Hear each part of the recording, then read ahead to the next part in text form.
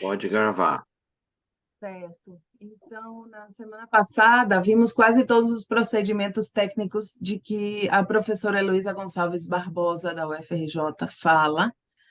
E lembrando que, às vezes, ou na maioria das vezes, ou todas as vezes, não é necessário você saber o nome do procedimento quando você está trabalhando. Você tem que saber que aquela ferramenta é possível, que você pode usar aquilo. Você lembra, aquele procedimento assim, eu posso usar, eu não estou infringindo nenhuma lei, nenhuma norma.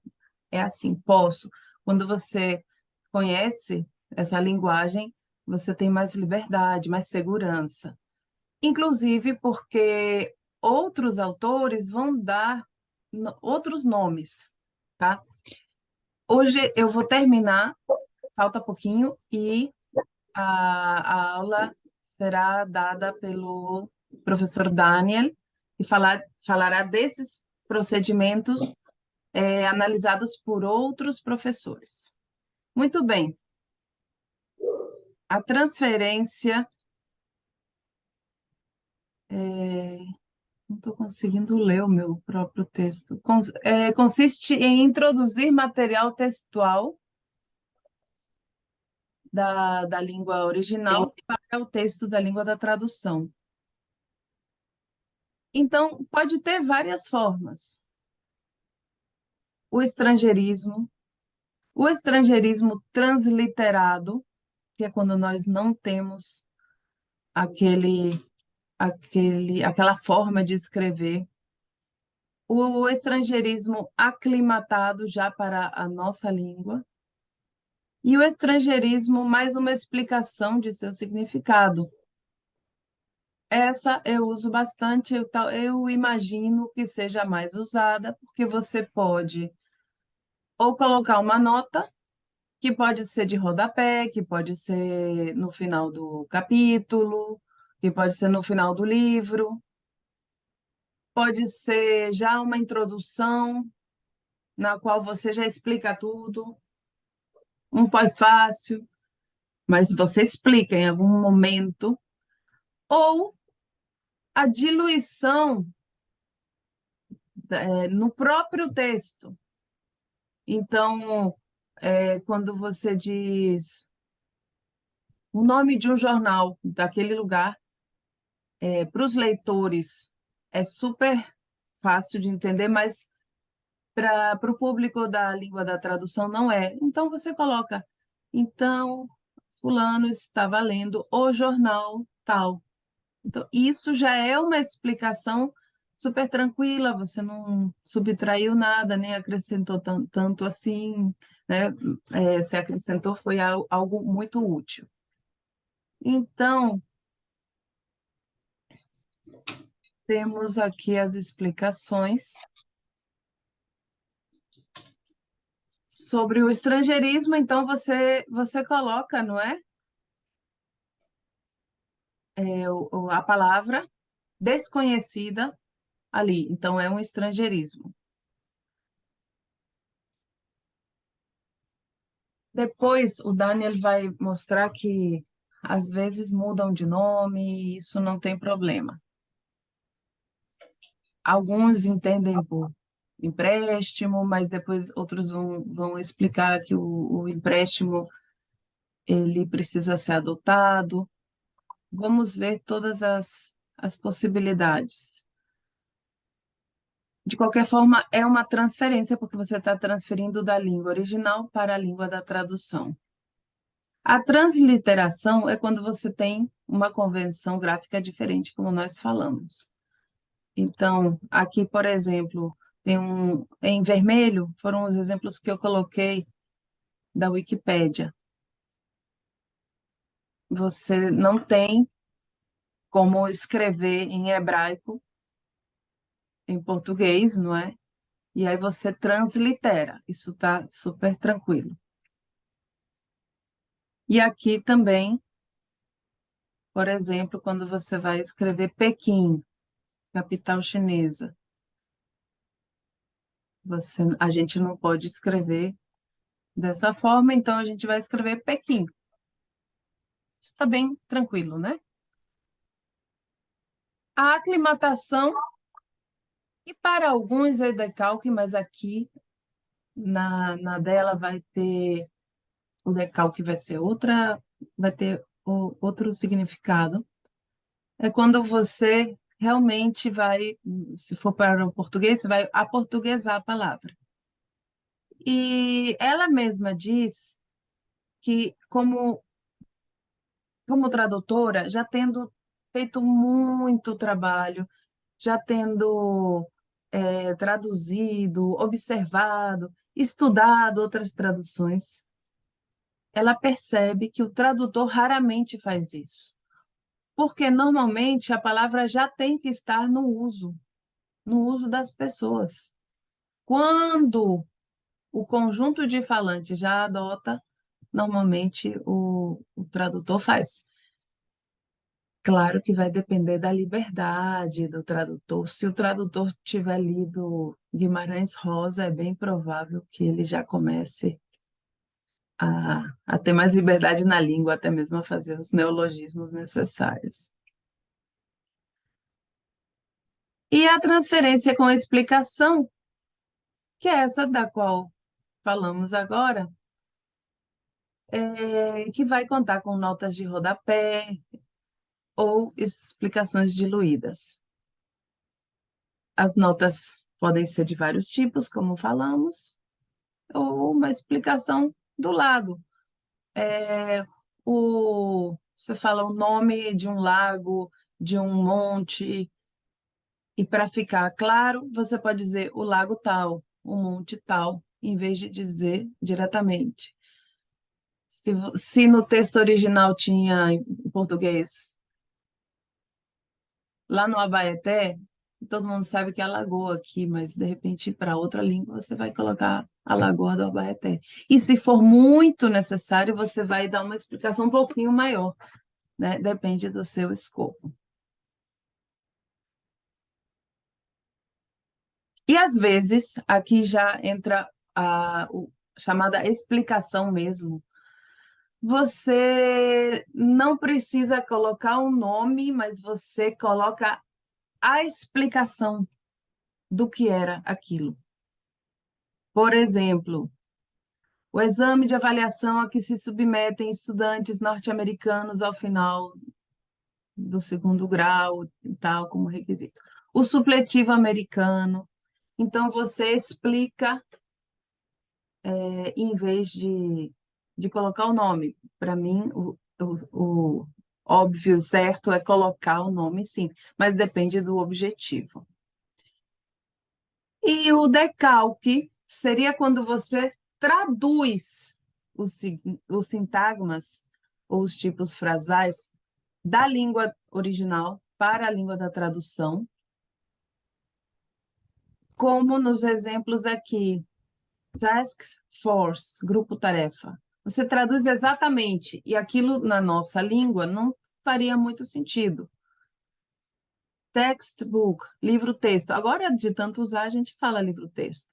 Case study, estudo de caso. E você pode colocar também conceitos. Bom, tudo isso são conceitos novos, né? Você pode traduzir e aquilo vira mesmo o conceito aqui, a gente não se dá conta, mas um dia nós não tivemos arranha-céu.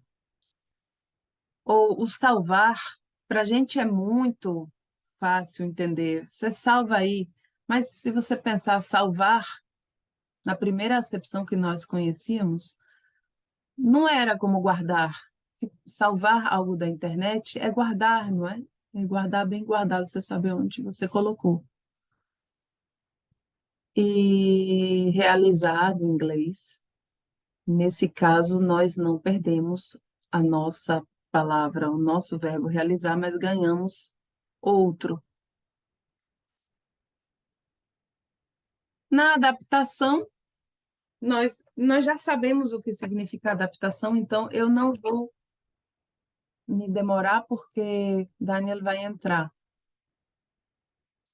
Vai depender de, do seu objetivo. Você quer adaptar para outra realidade, você quer adaptar para com, com os objetivos da pessoa que te encomendou a tradução.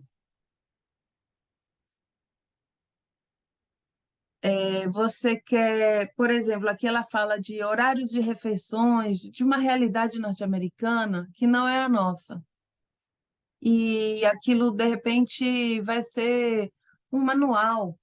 E a gente realmente não precisa saber qual era a realidade do texto original, porque aquilo, não sei se for um manual, aquilo vai servir para a nossa realidade. Então, você adapta. Certo. Essa foi a última mesmo. Tentei falar rápido. Não sei se eu me bananei, se me atrapalhei.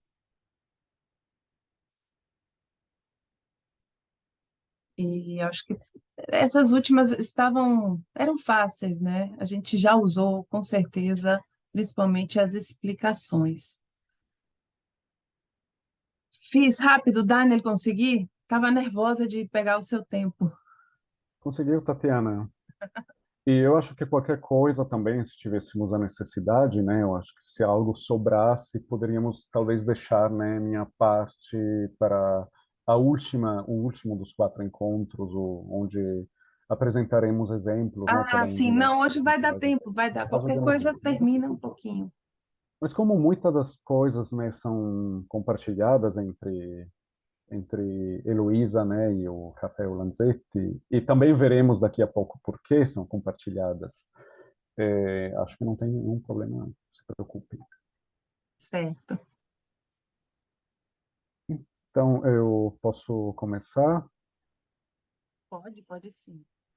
Perfeito. Antes de compartilhar o texto, né, que veremos hoje, eu gostaria um pouco de apresentar Rafael Lanzetti.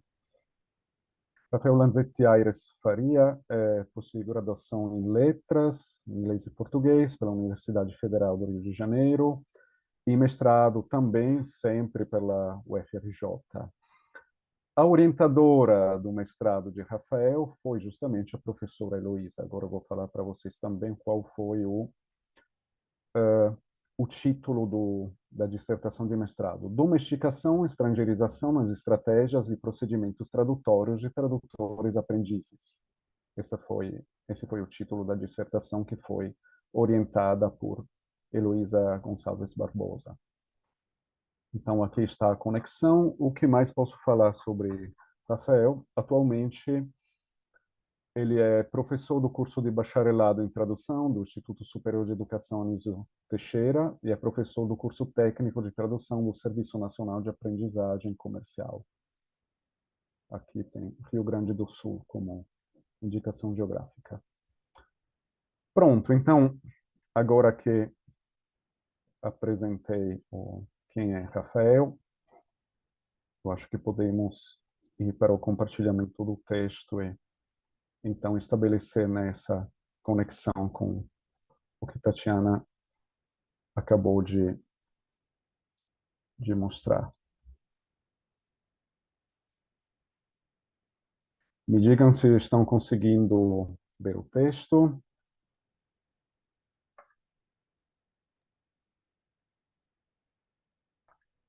Estão visualizando? Eu acho que tem algum problema.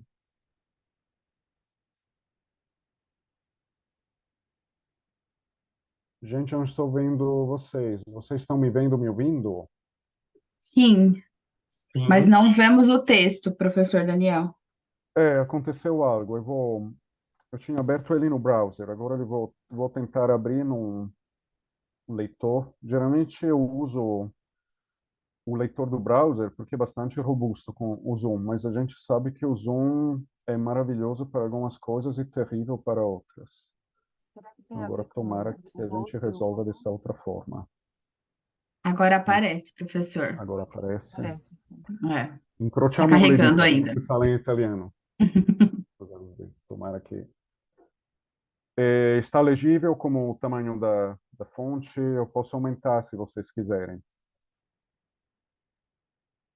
Dá para ler. Também. Ok, perfeito, então. Então, o título, né, do artigo que Rafael Lanzetti escreveu também com outros pesquisadores é Procedimentos Técnicos de Tradução, uma proposta de reformulação.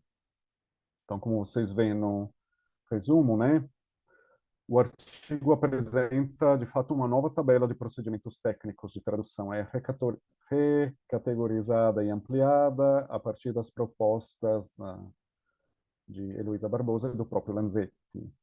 E a diferença, como veremos, está no tipo de divisão. Os procedimentos foram categorizados usando os paradigmas de Schleiermacher e também, mais recentemente, de Venuti, Lorenz Venuti, de tradução estrangeirizadora e domesticadora. Então, agora, vamos para a parte mais importante do artigo. Eu pularei essa parte de introdução de Barbosa, de como Barbosa sistematizou, né, o os procedimentos sistematizados por pesquisadores anteriores, porque Tatiana já explicou isso de forma bem exaustiva no encontro anterior. Aqui temos também um pequeno apanhado sintético, né, de como Barbosa organiza os procedimentos. Então, eu acho que ao olhar essa tabela, vocês lembrarão de tudo que Tatiana explicou no encontro anterior, né? São classificados por convergência do sistema linguístico, estilo, realidade linguística ou divergência. E aqui temos também até chegar ao que Tatiana acabou de explicar, né? Transferência, decalque, etc, etc.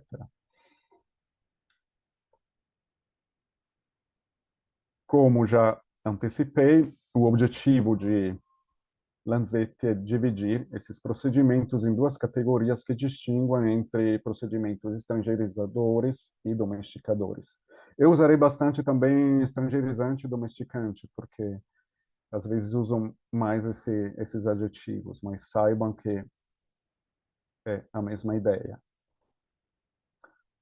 Nessas primeiras duas páginas que estamos olhando aqui, temos um apanhado sintético, então vocês veem que é bem detalhado a primeira distinção justamente entre procedimentos estrangeirizadores e domesticadores. Os estrangeirizadores, por sua vez, se dividem em tradução palavra por palavra e manutenção, que veremos Lanzetti usa como Barbosa usa a tradução literal, o termo manutenção. Então, temos essas coisas com também Tatiana acabou de mostrar, com ou sem aclimatação. Veremos também que esses procedimentos dizem respeito a questões que podem ser até de layout. Então, eu acho isso muito interessante, porque às vezes não atentamos muito para a parte paratextual. A questão que também de país em país há convenções editoriais diferentes, paginação diferente, né? Isso também é algo que é interessante levar em consideração. Agora, eu não lerei cada um dos pontos, porque o nosso objetivo é justamente ver nas próximas páginas essas distinções. Podemos ver que também os procedimentos domesticadores, por sua vez, contêm bastante subdivisões, eu diria mais do que os procedimentos estrangeirizadores, o que faz sentido, né? Porque há sempre talvez um pouco de, não digo desequilíbrio, mas estamos mais próximos da cultura de chegada, então é normal que a maioria dos procedimentos olhem para a cultura e a língua de chegada. A coisa interessante, talvez, né, essa primeira distinção é ver que os procedimentos domesticadores podem ser divididos entre domesticação do sistema linguístico, então aspectos meramente linguísticos, domesticação de estilo, então vamos subindo um pouco, né, o nível conceitual, chegamos ao nível do discurso, e também domesticação da realidade extralinguística. Então, temos questões que são pragmáticas, né, muitas vezes aspectos culturais, conceitos, objetos que são familiares a uma cultura, mas não necessariamente são, entretanto, familiares a outra cultura. E agora veremos rapidamente, né, alguns desses procedimentos. Isso pode servir, inclusive, como uma revisão, uma pequena revisão do que Tatiana abordou no encontro anterior. temos a tradução palavra por palavra. Lanzetti, como vocês podem ver, usa a mesma convenção. Aqui temos um exemplo. She went to the supermarket yesterday. Ela foi ao supermercado ontem. Então, aqui Lanzetti mostra, né? To the, na verdade, ele é, em português, é englobado, né? Numa única preposição com artigo, mas se olharmos para as outras palavras, podemos perceber que realmente é uma tradução palavra por palavra, não mexe na sintaxe nem no vocabulário. Aqui embaixo eu deixei uma pergunta, coloquei uma pergunta como nota. Qual fator pode tornar a tradução palavra por palavra mais estrangeirizante ou menos estrangeirizante? Minha sugestão é, ao pensar na resposta, em possíveis respostas a essa pergunta, pensem tanto na língua e cultura de partida como na língua e cultura de chegada. O que é que faz com que essa tradução palavra por palavra possa ser mais ou menos estrangeirizante, ou estrangeirizadora? Daniel, com licença, rola um pouquinho a folha para cima. Claro, claro. Peço perdão. Dá para ver agora? Sim.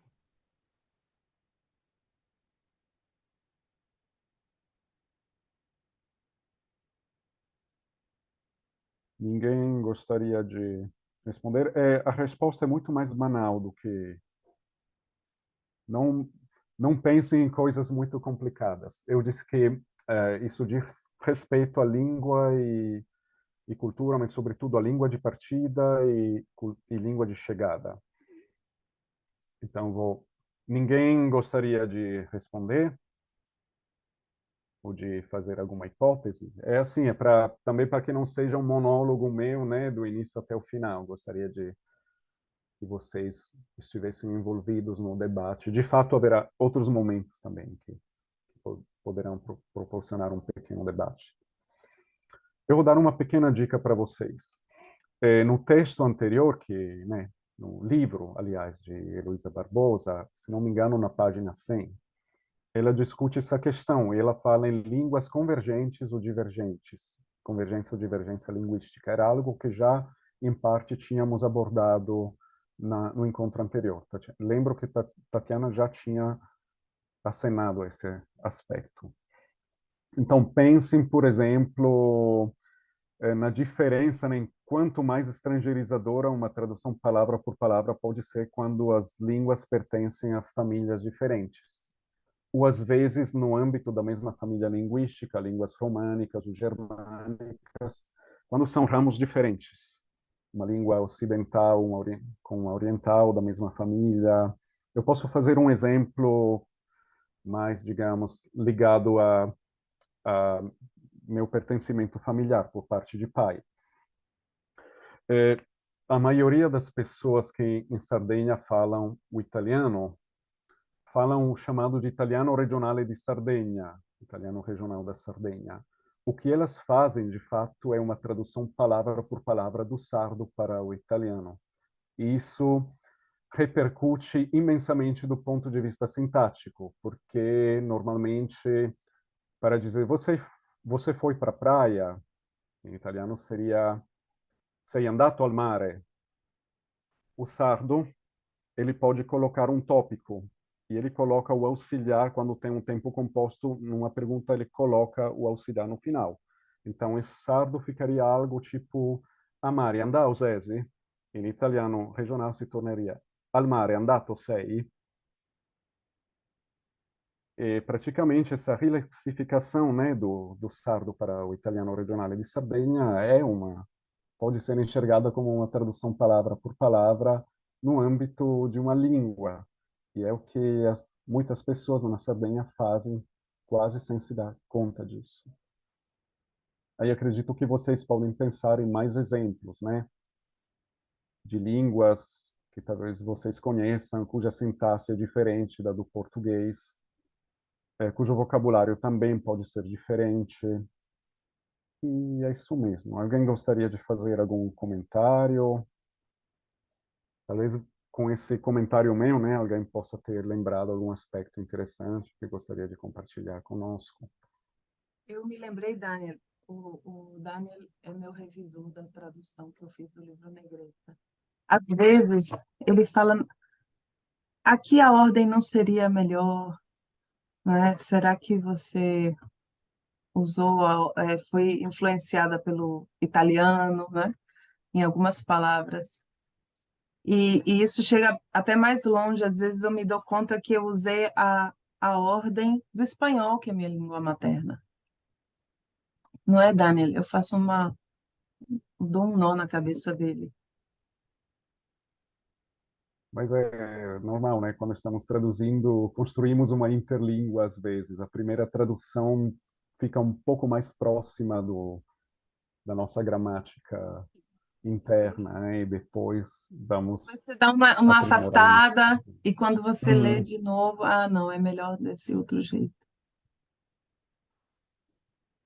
ok, então, se alguém quiser comentar, pode me interromper a qualquer momento, ok? Não tem problema. Prosseguindo, temos a manutenção, né? Que, como antecipei, por exemplo, Heloísa Barbosa chama de tradução literal. Então, aqui temos basicamente o que Tatiana acabou de explicar, então não será preciso passar muito tempo aqui. Temos empréstimos que são com aclimatação ou sem aclimatação, né? Temos os decalques, que também Tatiana mostrou, como o skyscraper, que tem também exemplos com hi-fi ou science fiction. Os hibridismos também, né, como iceberg, então ice é berg, agricultura de Jager, cultura. E depois temos a manutenção de estruturas sintáticas. Então, vejam bem, aqui tem um exemplo, long time no see you. Há quanto tempo não vejo você? Claramente, como Lanzetti também explica, não estamos diante de um caso de tradução palavra por palavra, isso fica evidente, né? Contudo, podemos perceber que há uma manutenção dos aspectos sintáticos. Como ele mesmo diz, a ordem estrutural permaneceu a mesma.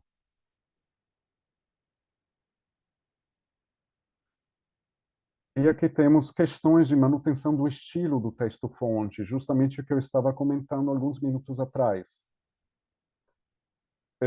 Questões de pontuação, questões de, neste caso, de registro, estamos ainda dentro do texto, né? Layout, já estamos indo para o paratextual, a disposição gráfica dos elementos.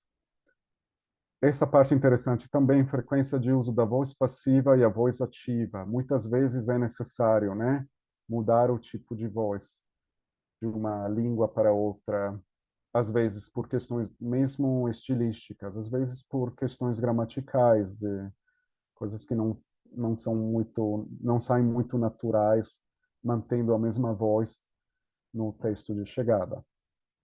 Marcadores de discurso, referências pretextuais, etc., etc., referências exóforas, então, cujos referentes não estejam presentes no texto.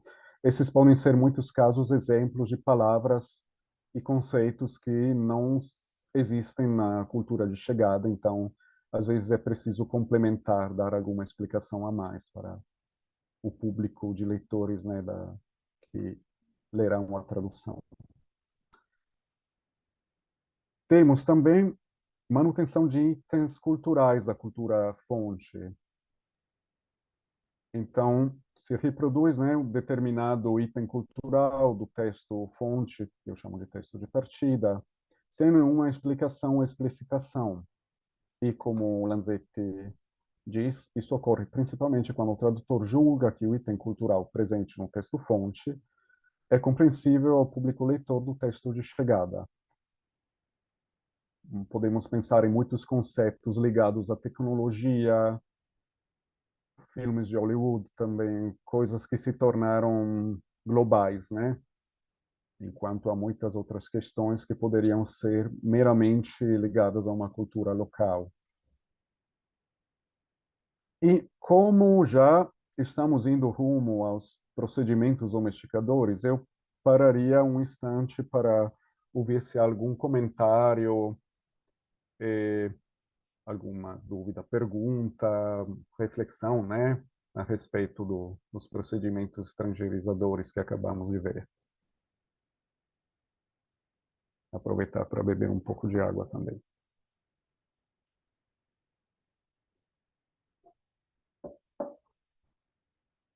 Vocês estão muito silenciosos hoje. Eu queria falar sobre um aspecto que algumas pessoas, algumas tradutoras, alguns tradutores resolvem fazer para deixar o texto mais estrangeirizado, ainda que haja a palavra na língua de chegada. Como, por exemplo, em Negretta, eu decidi que eu queria colocar mamma, zio, nonno, papá, para deixar algumas marcas da língua original no texto. Nós temos, né, mãe, papai, e até mesmo no início eu estava traduzindo assim. Então, cada um tem o seu motivo. No caso dessa tradução, como já havia várias palavras, frases em outras línguas que estavam mantidas, em Chichewa, em Kinyarwanda, em francês, em bergamasco, em latim, eu pensei, poxa, mas o livro é italiano, vamos deixar algumas marcas também do italiano. Então, nesse caso, houve essa decisão, mas também, claro, sempre vai depender, inclusive, do grau de estrangeirização que você quer. Obrigado, Tatiana. É uma ótima reflexão, né? Um ótimo comentário sobre essa questão. Também, de alguma forma, isso serviu para reequilibrar, né, essa questão de como esses vários idiomas são tratados no texto da tradução. Eu, Por desculpa, favor, eu só ia fazer um Daniel, comentário rapidinho. diga. Eu acho que é interessante. São dois comentários, na verdade. Eu não sei se. Eu sinto isso mais como professor de latim, mas quando eu dava aula de inglês, isso também acontecia. Quando eu pedia para os alunos traduzirem alguma coisa, em geral, as pessoas que não têm esse costume de praticar, o primeiro movimento é geralmente fazer essa tradução palavra por palavra. Eu já notei. Mesmo que em situações que acabe ficando sem sentido em português. E eu sempre achei muito curioso que, principalmente no caso do latim, isso gera uma alteração grande na sintaxe, né? No português fica uma sintaxe totalmente incomum, assim. E é um processo mostrar para essas turmas que não, você pode fazer, né? Pensa nessas categorias agora do Lanzetti, né? E dos outros autores,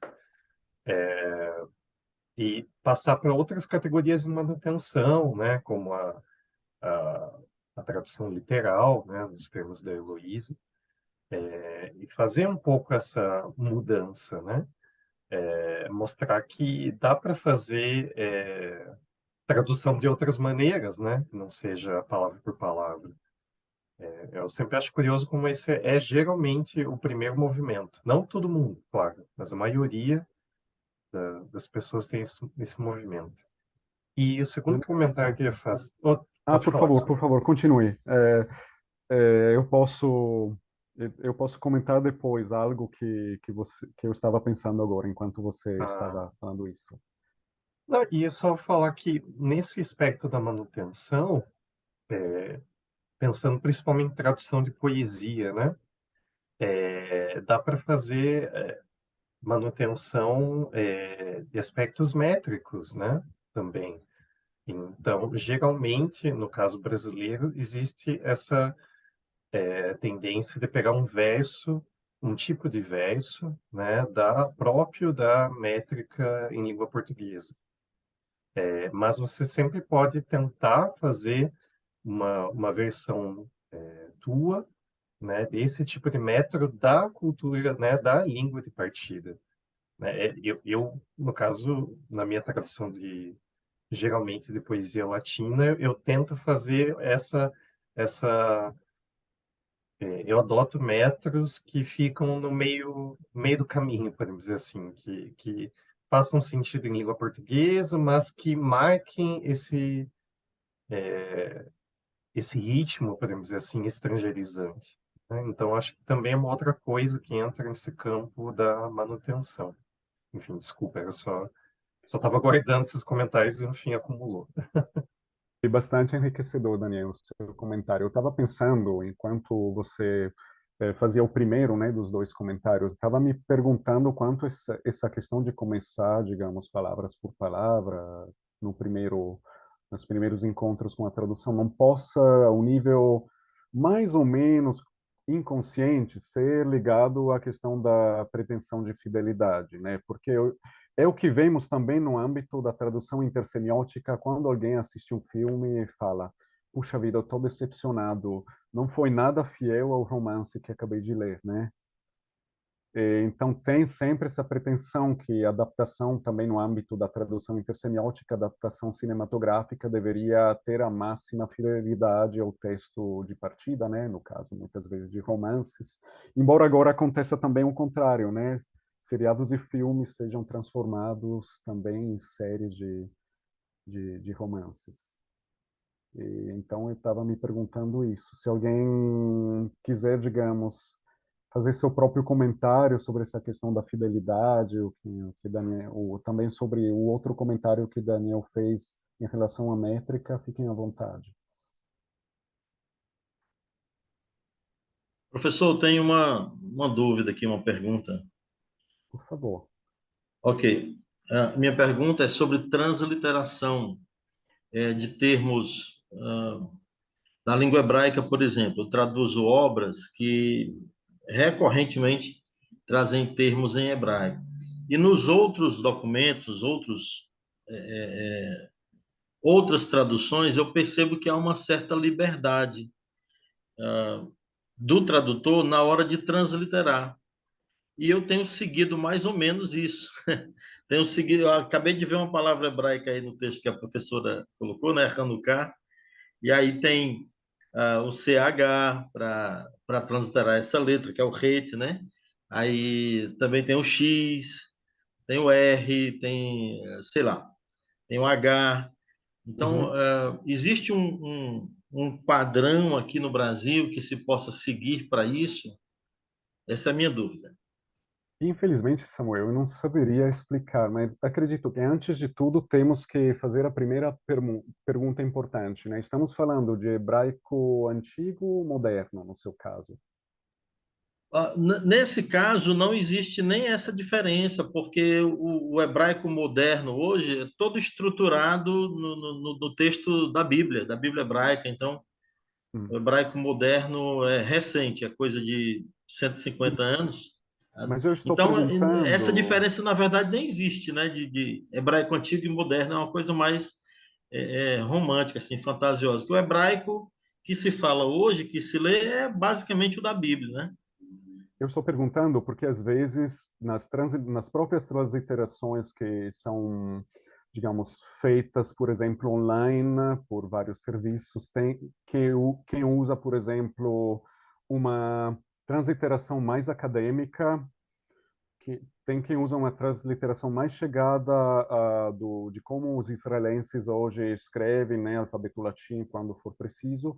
Tem quem usa a pronúncia dos Ashkenazim e quem dos Fardim, né, digamos, na transliteração. Então, por isso que eu perguntei. Primeiro, eu acho que seria importante pensar no público-alvo. Se for um público de acadêmicos, Samuel, será preciso procurar se há alguma tradução acadêmica oficial utilizada no Brasil. Se for um público de leitores, digamos, não necessariamente ligados a um âmbito acadêmico, então acho que a questão vai ficar um pouco mais complexa.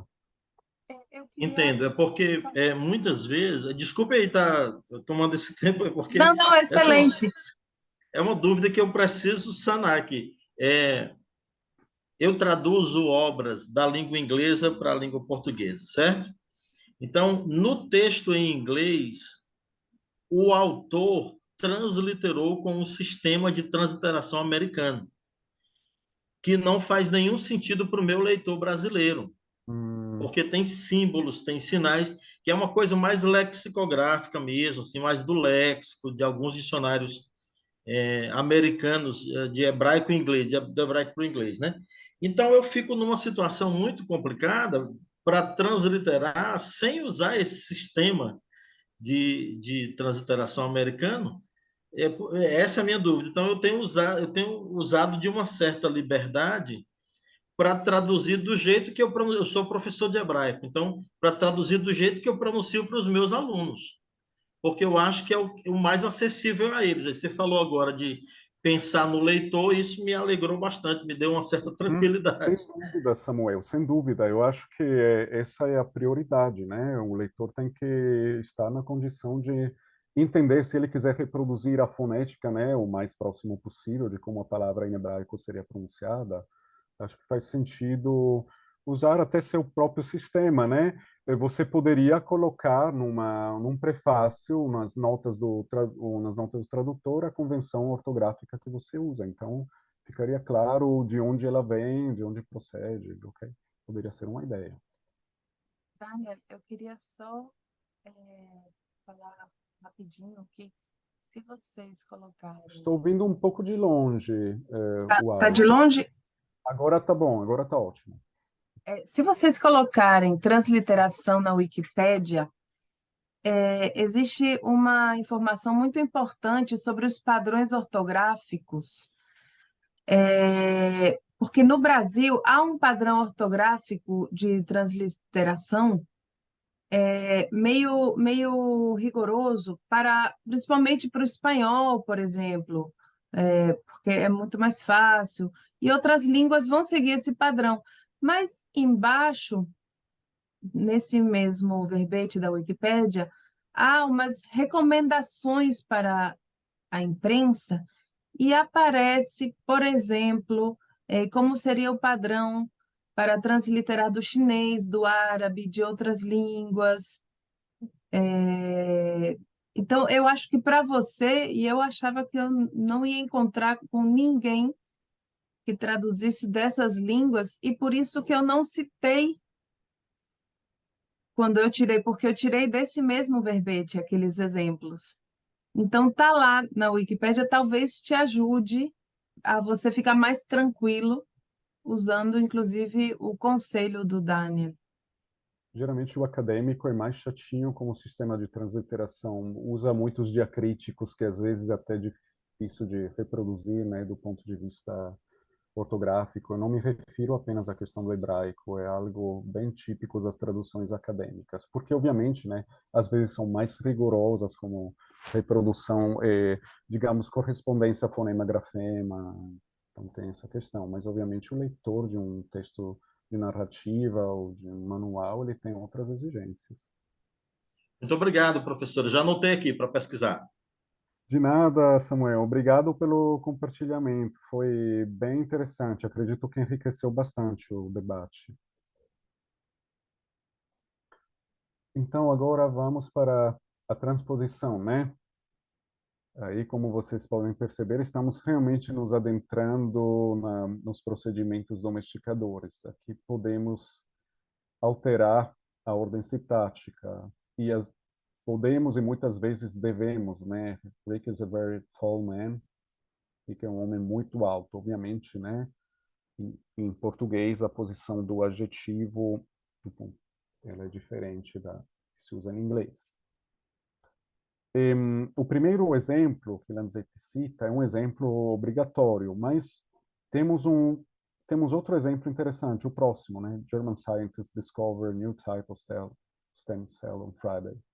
Na sexta-feira, cientistas alemães descobriram um novo tipo de célula-tronco.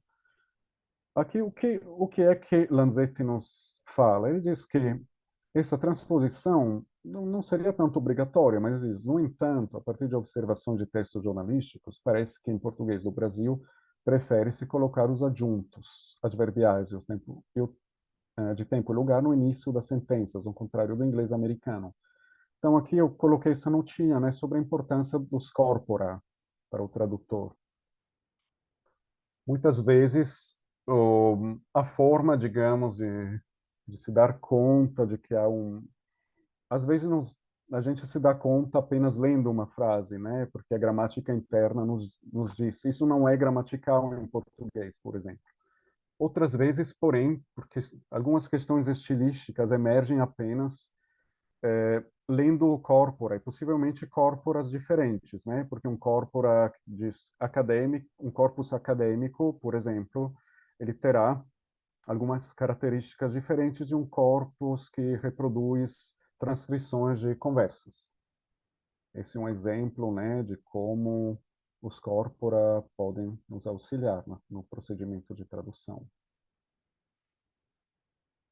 Temos a modulação, quando a palavra, né, do texto-fonte muda de classe gramatical a ser traduzida para a língua-alvo. Introducing the concept of gene, que se torna a introdução ao conceito de gene. Então, um verbo, né, se tornou um substantivo. E mais adiante também, em outro procedimento, veremos essa questão de mudança né, de classe gramatical. E, de fato, algumas línguas dão preferência aos substantivos típicos das línguas românicas, e em uma língua como o inglês, pelo contrário, muitas vezes usa os verbos de forma mais frequente. Aqui temos também outra coisa. Connecting the cables se tornou como conectar os cabos. Então, aqui temos também um acréscimo, né? E o que Lanzetti fala no início desse artigo, que muitas vezes não é fácil separar um procedimento de outro, porque às vezes eles acontecem de forma paralela. Um se, digamos, segue o outro ou acontece simultaneamente.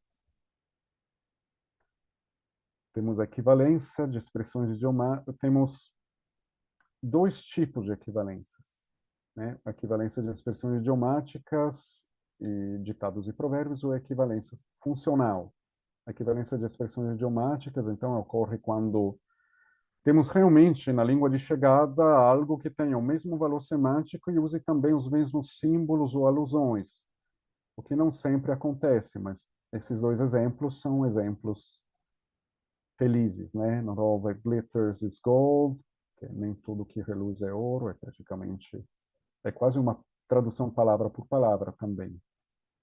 Better late than never, antes tarde que nunca, né? Aqui temos apenas o better, que se torna o antes em português. Can you give me a hand, que se torna você pode me dar uma mão, então aqui também temos um excelente paralelo, né? Acontece, porém, que em outros casos temos que recorrer a algo que não tem o mesmo símbolos, mas necessariamente terá que ter o mesmo valor semântico. Então, aqui tem um ditado: The one that sleeps with dogs wakes up with fleas. Quem se junta aos porcos, farelo come. The squeaky wheel gets the grease. Quem não chora, não mama. Então, isso se faz necessário, né? Tratando-se de expressões idiomáticas, às vezes não tem nem muita escolha. Se atentássemos para uma tradução palavra por palavra, o leitor perderia o significado semântico da expressão, do provérbio, da expressão idiomática.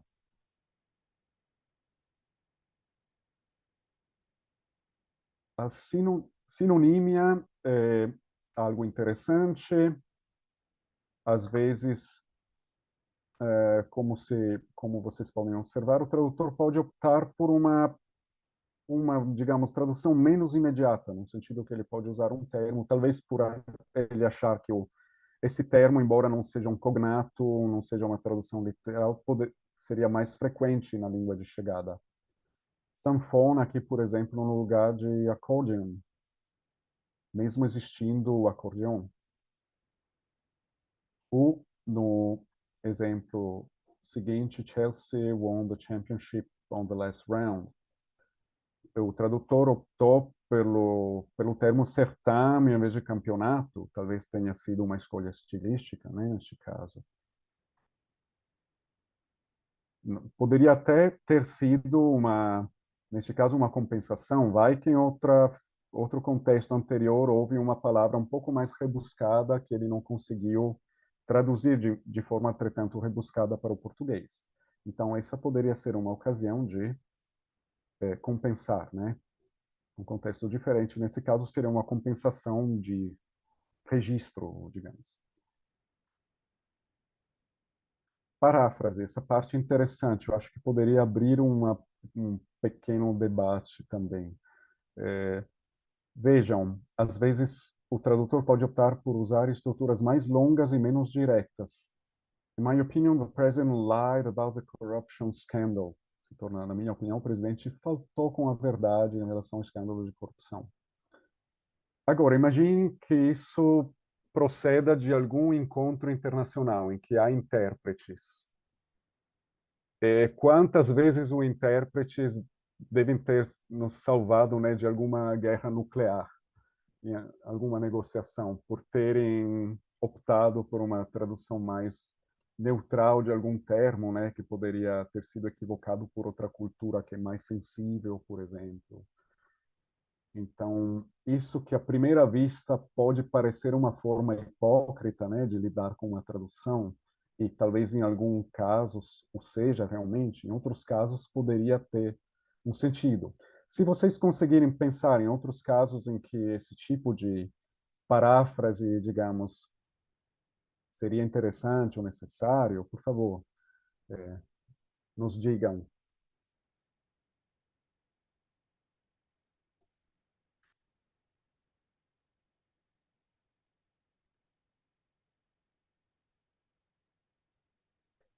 Nada?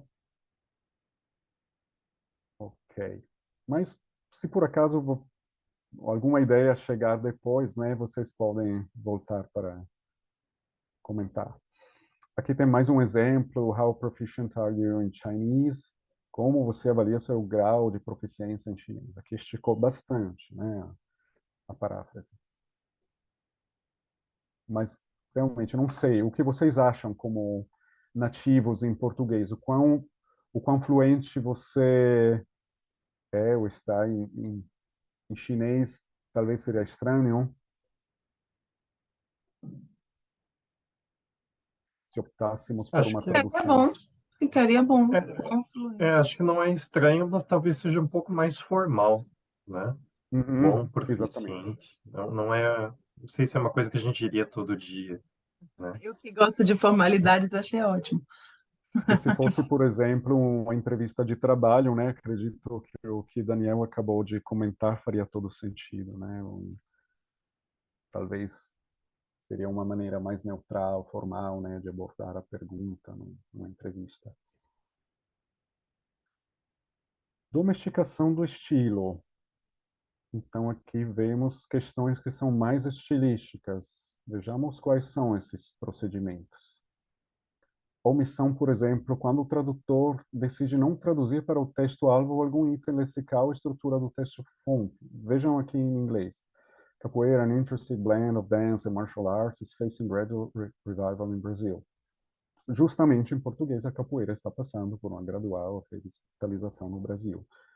Não se faz necessário, né, explicar aos brasileiros o que a capoeira é. Não teria muito sentido. Então, talvez esse tenha tido um acerto, né, por parte do tradutor. Por outro lado, temos o procedimento em sentido contrário, né, explicitação. Às vezes pode se tornar necessário acrescentar ao texto-alvo alguma informação não expressa no texto-fonte. Aqui, por exemplo, a frase dizia respeito ao IRS, que foi traduzido como receita americana. E justamente como Lanzetti ressalta, ele explicitou, né, que se trata da receita dos Estados Unidos para que não fosse mal interpretado e os leitores pensassem que estava se falando da Receita Federal Brasileira. Então, também um tipo de explicitação necessário, né? Já um segundo exemplo. Elite Squad was the Golden Bear Award winner in 2008. Então, o filme Tropa de Elite foi o vencedor do Urso de Ouro, Festival de Cinema de Berlim, em 2008. Foram explicitadas duas coisas. O fato que Tropa de Elite é um filme, que talvez não seria necessário, né? Mais necessário, porém, o segundo tipo de explicitação. Explicaram o que é o Golden Bear, de onde ele procede, que tipo de festival.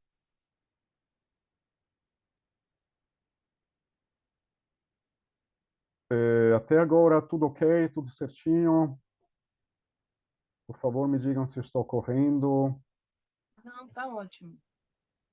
Perfeito. Generalização e especificação. Aqui lidamos com hipônimos e hiperônimos, né? No primeiro caso, vejam como o tradutor optou por traduzir palm top com computador. Então, ele usou um hiperônimo, né? Do ponto de vista semântico, ele usou um termo mais geral. Agora eu estou usando também a paráfrase, né, para hiperônimo. O segundo exemplo é um exemplo de hipônimo, então de especialização. Em inglês era simplesmente flour, farinha. Não se especificava qual tipo de farinha. Justamente na tradução para o português, explica a famosa farofa brasileira feita com farinha de mandioca e linguiça. E também tem outra coisa interessante. Temos também sendo mais, digamos, atentando mais para o texto, podemos perceber também que houve uma omissão. Foi omitido fried, frito, do texto de partida. Então, mais uma ocasião em que vemos que, em muitos casos, há mais de um procedimento ao mesmo tempo. E tem outra coisa Temos a aí, né? Oh, compensação. Ah, desculpa. sim, por favor. Diga, Daniel. Também às vezes acontece isso quando a gente vai fazer a tradução e mudar de singular para plural, de plural para singular. Em inglês, né, sausages faz mais sentido colocar linguiças. Em português ia ficar super esquisito colocar farinha e linguiças ali. Então também teve essa outra alteração que daí não sei onde que caberia bem aí nos procedimentos. A questão do... boa observação. Passado número, talvez ainda poderia caber no tradução literal, né? Porque a alteração é mínima, mas é apenas uma hipótese assim que eu estou fazendo en passant. Essa questão, Daniel, interessante dos coletivos, como eles são usados em português, porque é uma grande diferença também com o italiano. Alô? Sim, eu me lembrei do exemplo do cabelo, né, Dani? Eu não sei se... Eu acho que o meu Zoom tinha parado um momento. Não sei até onde eu consegui ouvir vocês e onde vocês conseguiram me ouvir. Eu acho que deu tudo certo, só deu rapidinho aquele problema que dá o seu fone. Parece que você está falando em câmera rápida, mas foi Na deu verdade, para. deve ser a conexão. Às vezes os pacotes de dados demoram um pouquinho e eles chegam todos juntos e dá essa versão Speedy Gonzalez. Não, mas não atrapalhou em nada. Perfeito. Então, eu Esse estava exemplo, justamente... Uhum. esse exemplo que você Diga, falou, Tatiana, né, desculpa. tem a ver com o cabelo. E capelli Sim. A e aqui fruta, os legumes, o cabelo, não os l'erante, cabelos. compro l'erante, vado al mercato a comprare erante, vou para o mercado comprar laranja. Essa questão tra portuguesa, né? Essa diferença entre o português e o italiano que existe também.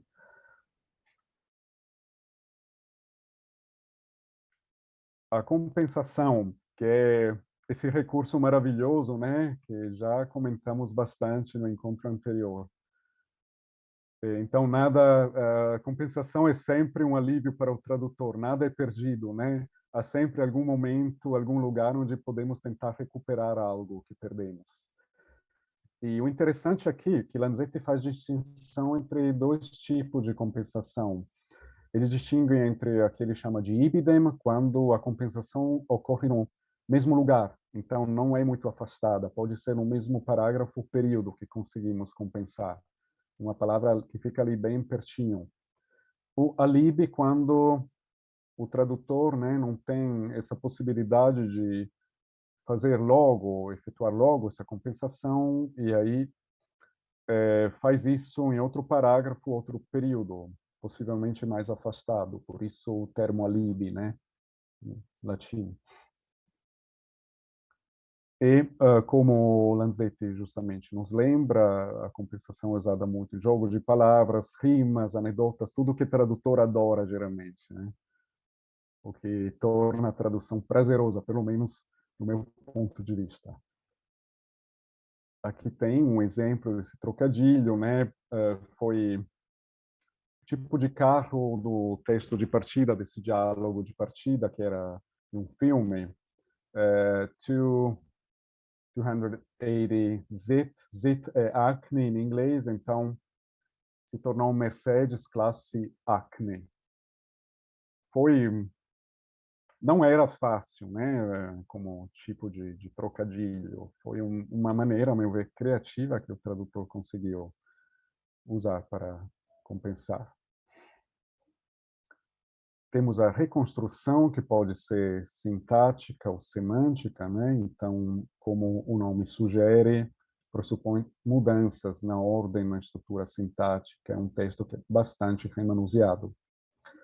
E podemos ver, nem precisa talvez ler, vocês podem ler agora, acompanhar aqui na página, mas não precisa ler todos os exemplos, porque uma característica, por exemplo, pode ser a mudança de voz, da voz ativa para a voz passiva, ou vice-versa, ou pode haver uma reconstrução da oração subordinada, né, como acontece no segundo exemplo. Os especialistas são convencidos de que a causa da queda das Torres Gêmeas, etc., etc.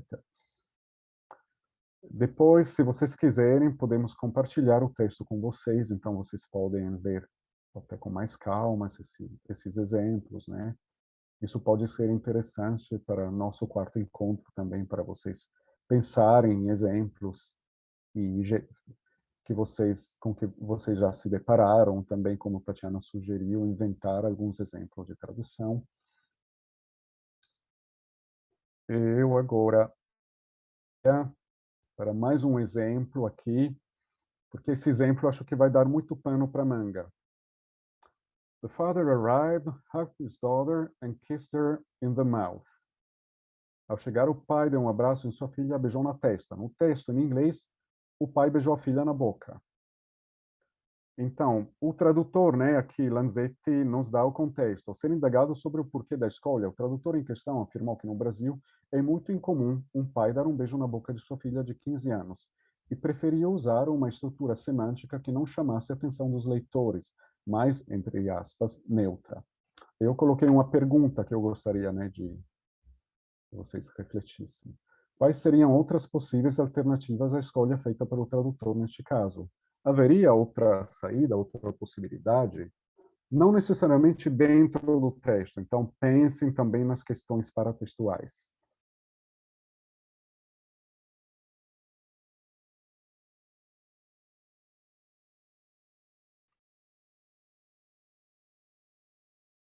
O que poderíamos fazer também? Se quiséssemos manter essa tradução que pode ser, de repente, polêmica, né? Pode gerar muitos problemas.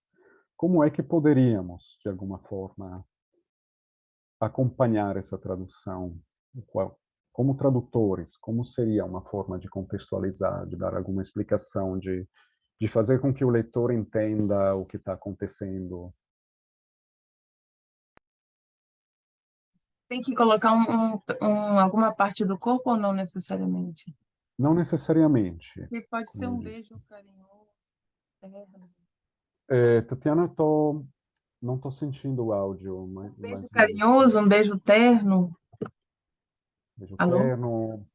Eu tinha pensado também numa nota de rodapé, por exemplo, se o tradutor pretendesse manter e quisesse dar alguma explicação sobre a cultura, né, de partida,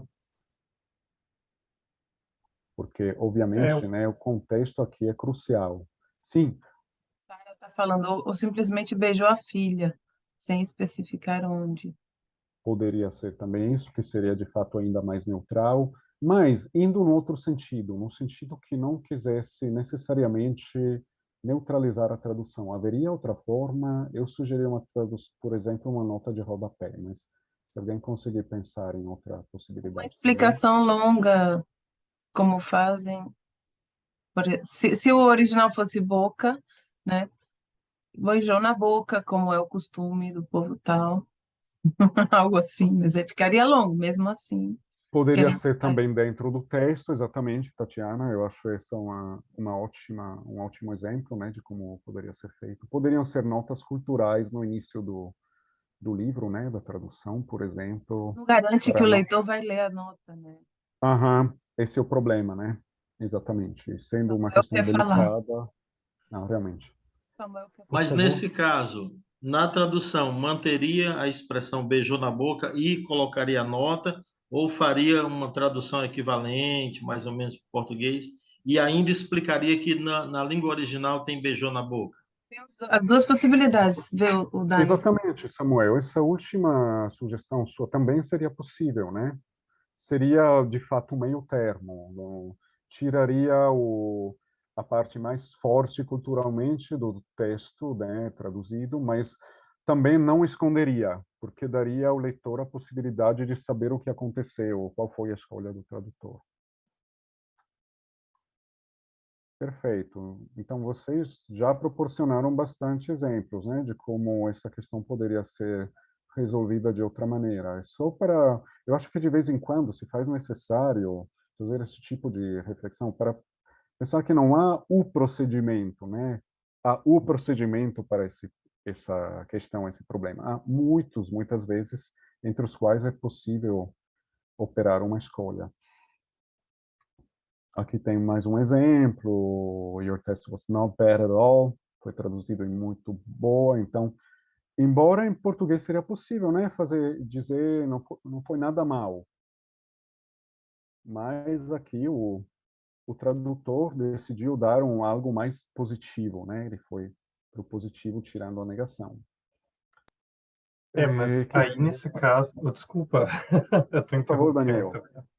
É bom Se fosse é, nada mal, a gente ia ter que mudar toda a frase, porque acho que falar sua prova foi nada mal fica estranho. Acho que você vai nada mal na prova, né? Não a prova foi nada mal. ok, Não faz sei. sentido. Não sei se é coisa da minha cabeça, mas para mim parece mais esquisito. Sua prova foi nada mal. Não sei. Aí eu fico um pouco ali, né, observando, porque agora são os nativos que têm que dar palpite sobre essa questão.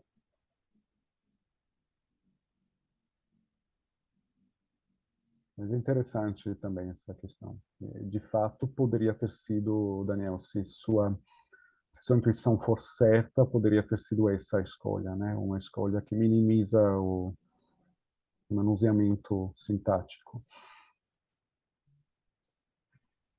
Vamos para a equivalência. Temos a equivalência estilística. Vejam, é que Barbosa chama de melhoria. Mas vejamos se é exatamente, né, a mesma coisa. The little girl said she was carrying a basket of food to her grandmother. Basket of food se tornou cesta de doces, grandmother, vovozinha. E aqui a justificação eu acho que é muito interessante. Após identificar que o texto-fonte pertence à tipologia textual conto infantil, o tradutor decidiu explicitar no texto-alvo padrões retóricos pertencentes a essa tipologia. Então, vejam como a questão do discurso, né, não apenas do símbolo parágrafo, a questão do gênero textual, essas questões todas orientam uma determinada escolha que, de repente, pode ficar mais localizada, no sentido de local, pertencente apenas a um texto, né, um parágrafo, ou pode ser gerada dessas primeiras palavras que são uma pista para essa mudança, para efetuar essa mudança. Temos a mudança de registro. Essa também eu gostaria realmente, mesmo que se perdêssemos as últimas páginas e tivéssemos que recuperá-las no último encontro. Eu acho que aqui caberia uma discussão, né? Vejam, hey asshole, I'm going to bust your head, etc, etc, etc. Então, ei, seu babaca, eu vou estourar seus miolos por toda essa droga de estacionamento. Se perdeu algo, né? Acredito. Perdeu muito, ainda mais que agora eu estou ficando mais craque nos palavrões com a ajuda É interessante como Lanzetti nos dá uma possível interpretação dessa questão que pode ser um pouco estranha, mas depois eu quero que vocês comentem. Vejam o que ele diz. Essa decisão nem sempre cabe ao tradutor. As agências de tradução que prestam serviços de tradução para dublagem, legendagem, etc., etc., por exemplo, possuem regras estritas de uso de palavras de baixo calão e coloquialismos.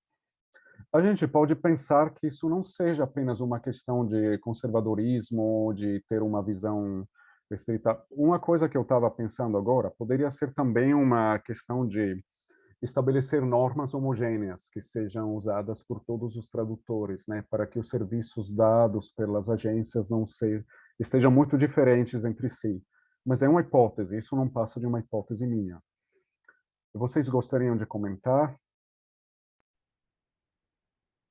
Eu acho que fica explícito, né, para quem tiver conhecimento de inglês, que aqui houve bastante amenização, né, foi suavizado, passando de um texto para Eu queria comentar, não é nem sobre esse eufemismo aí, né, de babaca, é sobre o verbo aí, porque a ideia no inglês parece ser espalhar e não estourar, porque a gente não estoura por, a gente espalha por, né? Então, seria espalhar seus miolos por toda essa droga de estacionamento. Provavelmente, Samuel, eu estava pensando, deve ser a questão a razão pela qual o tradutor usou o verbo estourar para dar a ideia de algo que se espalha, que ele não podia fazer de outra forma. Mas é excelente observação. Você queria acrescentar mais algo, Samuel? Eu não sei se eu cheguei a te interromper, desculpa. Não, era só isso, porque me soa estranho estourar por toda essa droga, entendeu? Samuel tem razão. Hum. Se ele quisesse manter, teria que dizer: vou estourar seus miolos espalhando ou E espalhar. espalhar, né?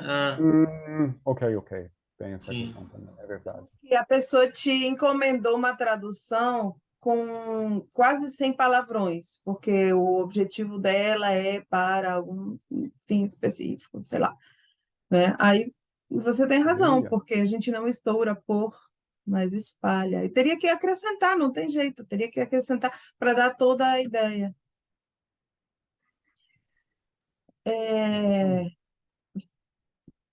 Qual seria a tradução mesmo? Se o vídeo foi compartilhado, vai ter que colocar um monte de pi, pi, pi. Bom. Todo mundo sabe, mas ninguém quer dizer. Uhum. Se quiserem Mas escrever.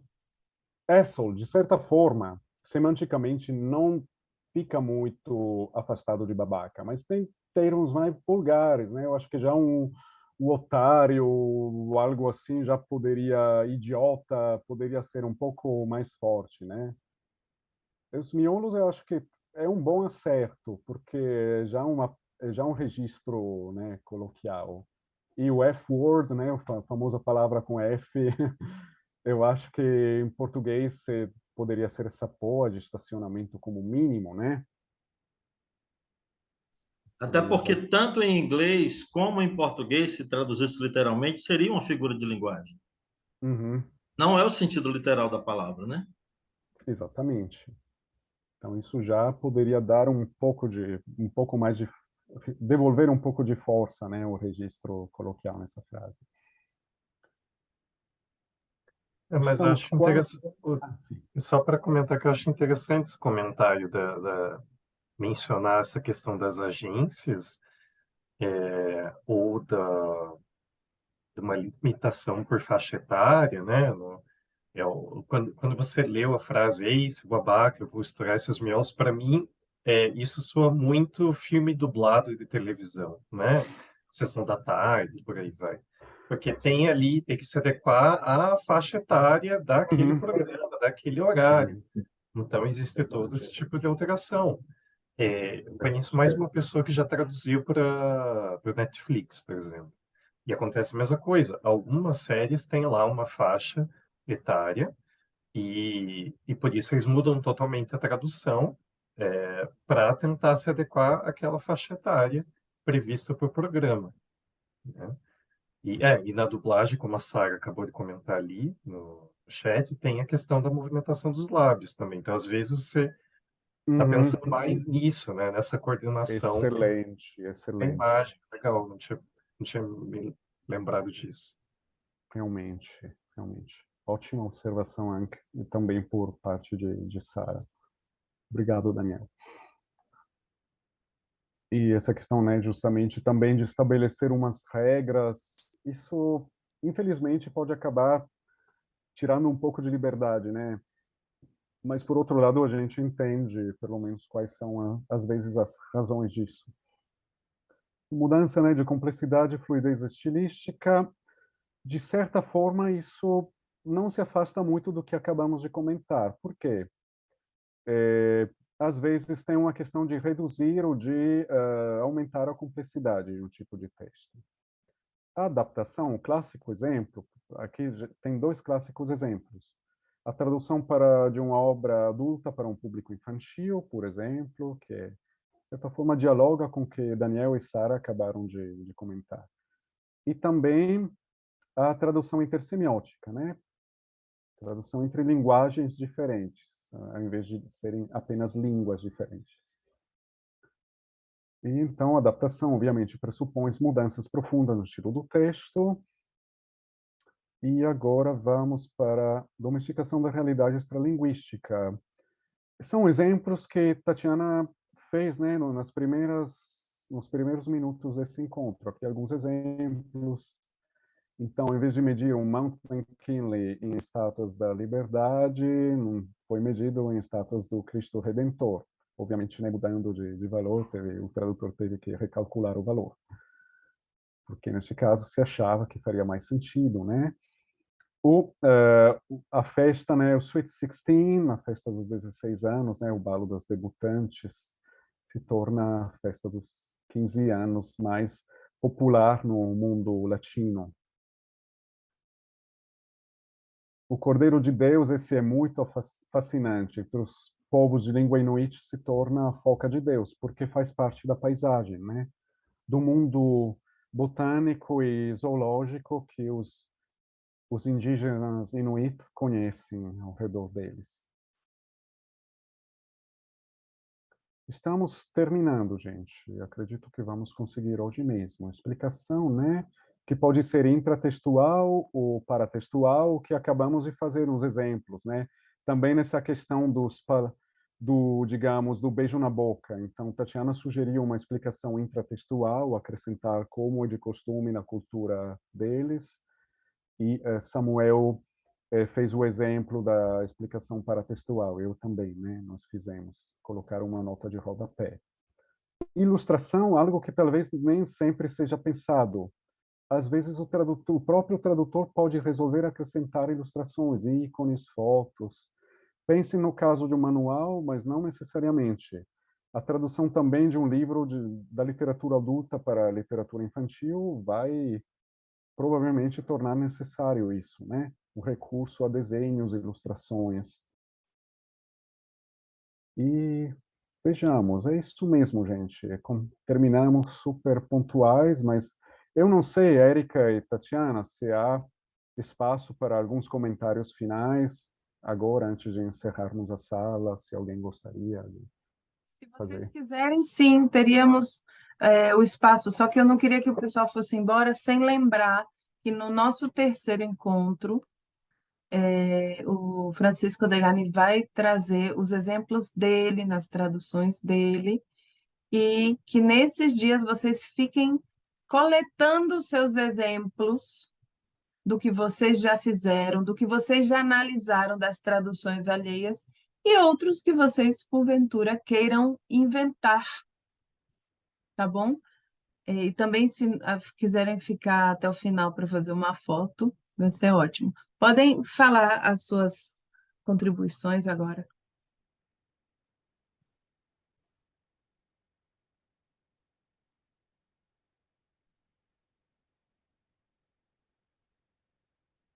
Ninguém?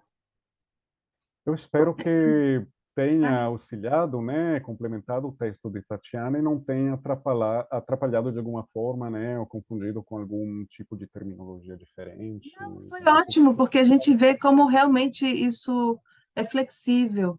E tem no chat, Daniel, uma pergunta do Samuel. Ah, certo, Ah, eu vi também que tem a ele... lista de frequência, tá no chat, lista de Ah, frequência. obrigado por O nos lembrar Samuel disso fala também. que ele quer traduzir uma. Você viu aqui? Grace for people who can't act together. Deixa eu ver. Ô, professor, Sim, não, se eu fosse possível, eu queria fazer uma pergunta para Daniel.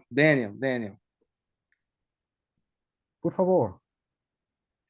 É o que a gente sempre, quando encontro você, né, e você está lá fazendo o seu lanchinho, eu sempre brinco com você, lá você comendo seu biju, eu falo, você sempre com sua culinária indígena, né? Aí eu estava Ah, é. aqui, não sei se você recorda isso, eu estava lembrando aqui que eu já conversei com você Lembro, claro que lembro. várias vezes assim sobre a questão dos idiomas, que às vezes a gente tem aquela coisa eurocêntrica que, por exemplo, a Itália tem vários dialetos, mas aqui também tem vários idiomas também, né? Não sei quantos idiomas de aldeias, né, indígenas. Aí eu te pergunto uma coisa. A gente já conversamos até sobre isso, sobre a questão de... Você falou que tem muitos idiomas ali que não tem nem a parte escrita, textual, que é baseado numa tradição oral, né? De transmissão de cultura, através oralmente, né? Da fala. Aí eu Uhum, te pergunto, claro. já aí, vou usar até uma gíria brasileira, para fazer uma tradução de sei lá o quê, uma festa, um ritual, um texto explicando, você como uma pessoa inserida nesse âmbito das letras, você acha que o buraco é mais embaixo? Você acha que, por exemplo, teria que ter uma certa convivência para entender a complexidade da cultura da aldeia e tudo mais? Por exemplo, não sei se eu consegui me explicar, estava pensando nisso. Então, Igor, se eu bem entendi, estamos, de certa forma, expandindo o âmbito, né, da tradução, estamos indo mais para o âmbito da antropologia da etnografia, né?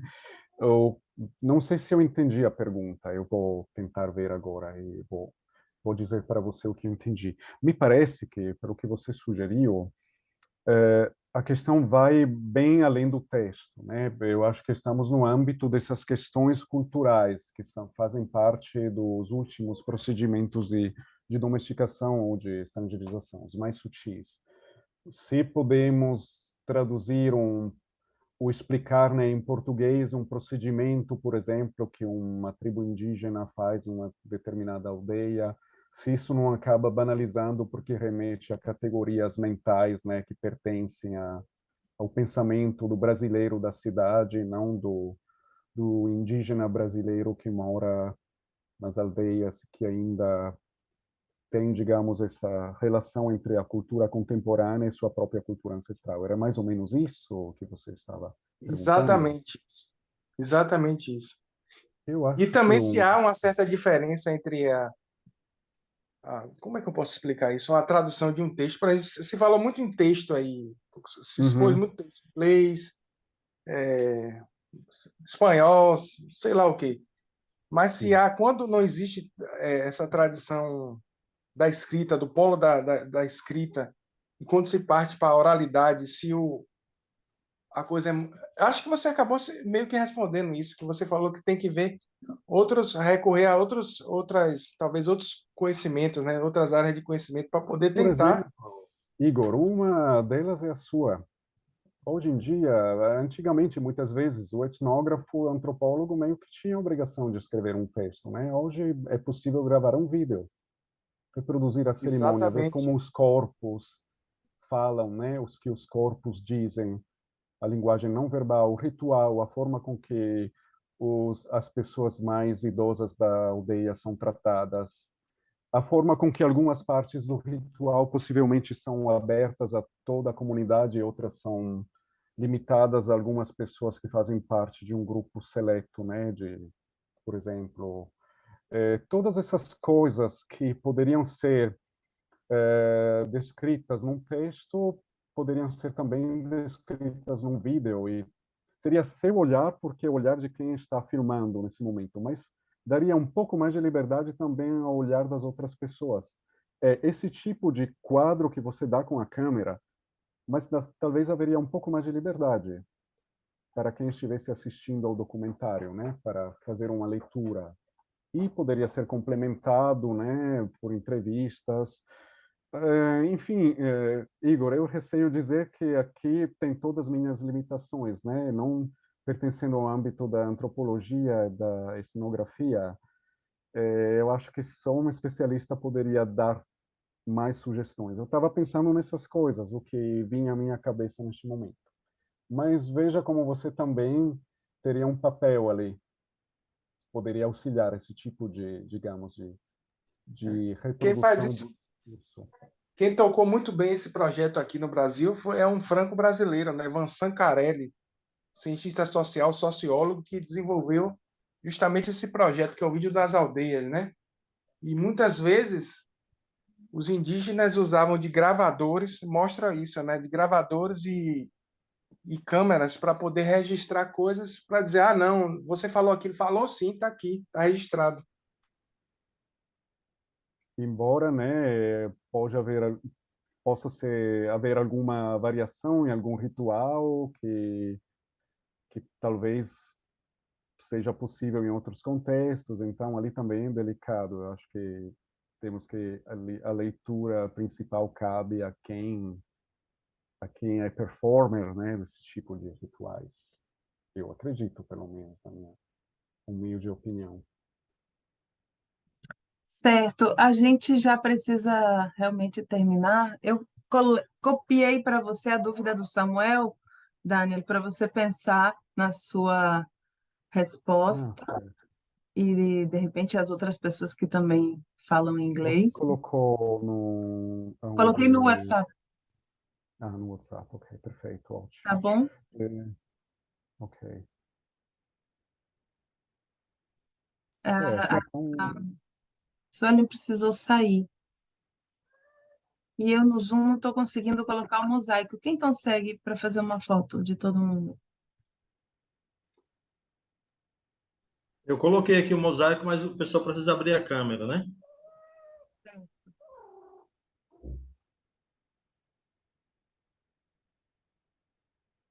Abriram?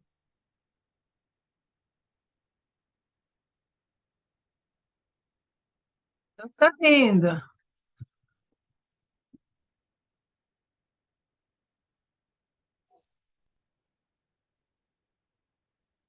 Samuel está mutado. Abre o microfone, Samuel. Ok, alguns não abriram, não é? Francisco Bernardo, Évila, Sara, Francisco e Rossana. Mas eu estou fazendo aqui as fotos, eu coloco já já. Pensei que estava aberto. Ah, ok. Mais um. Pronto. Para onde eu mando? Mando para a Suelen, né? Ela manda aí para todo mundo. Manda para a Suelen, isso mesmo. Muito obrigada, gente. obrigado a todos Obrigada, e todas. Daniel, foi excelente. Obrigada a todas e todos. Muito obrigado. Nos vemos na próxima semana. Tchau.